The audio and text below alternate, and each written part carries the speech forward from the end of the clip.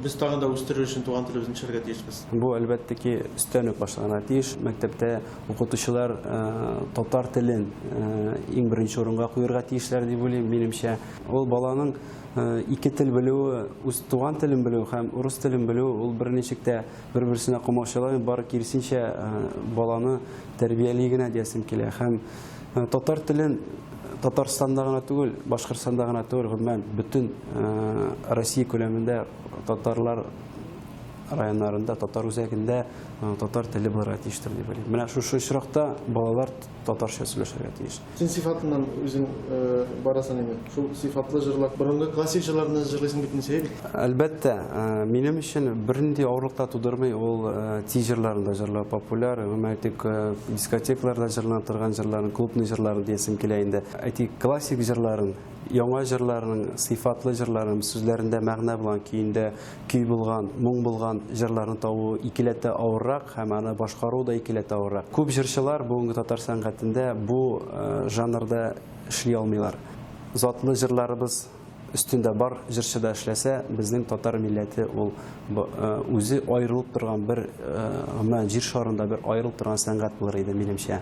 Моңнар дип әйтик, безнең мелизматикалар ул хас безнең татар халкына гына хас булган бер моң. Дөнья күләм масштабка чыгу мөмкинлеге бармы? Евровидениядә. Моны бары тик Ходай Тәгалә гына белә. Шулай да минем өчен бу куелган максатларның берсе.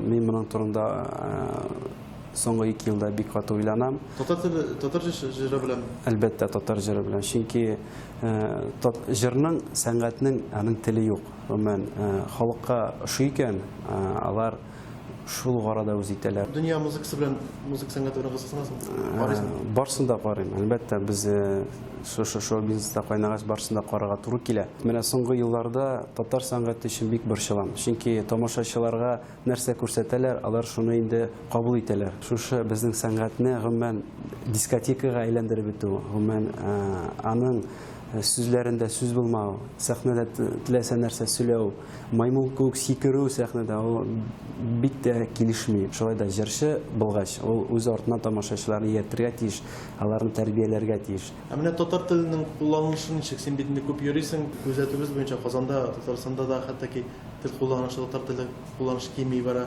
Мин бөтен Россияны быел йөреп чыктым. Ерак Себердән башлап Мәскәү, Санкт-Петербург. Шуны күзәтеп киләм. Безнең татар халкы бик актив һәм бөтен шәһәрдә дә бар. Алар үз телен оныталар дип әйтәсем килми.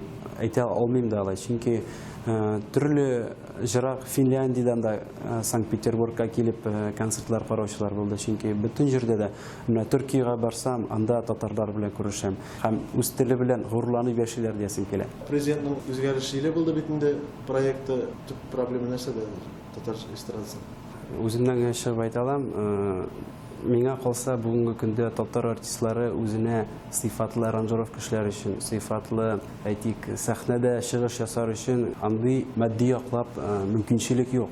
Чөнки безнең билет бәяләре белән мен Россия шоу-бизнес бәясен чагыштырсак, ул инде әйтик арендага гына җитәрлек. Безнең сәнгатебезне алга җибәрер өчен сыйфатлы аппаратуралар кирәк, әлбәттә. Вахапов фондыннан чыккач, ничек хис итәсең үзең?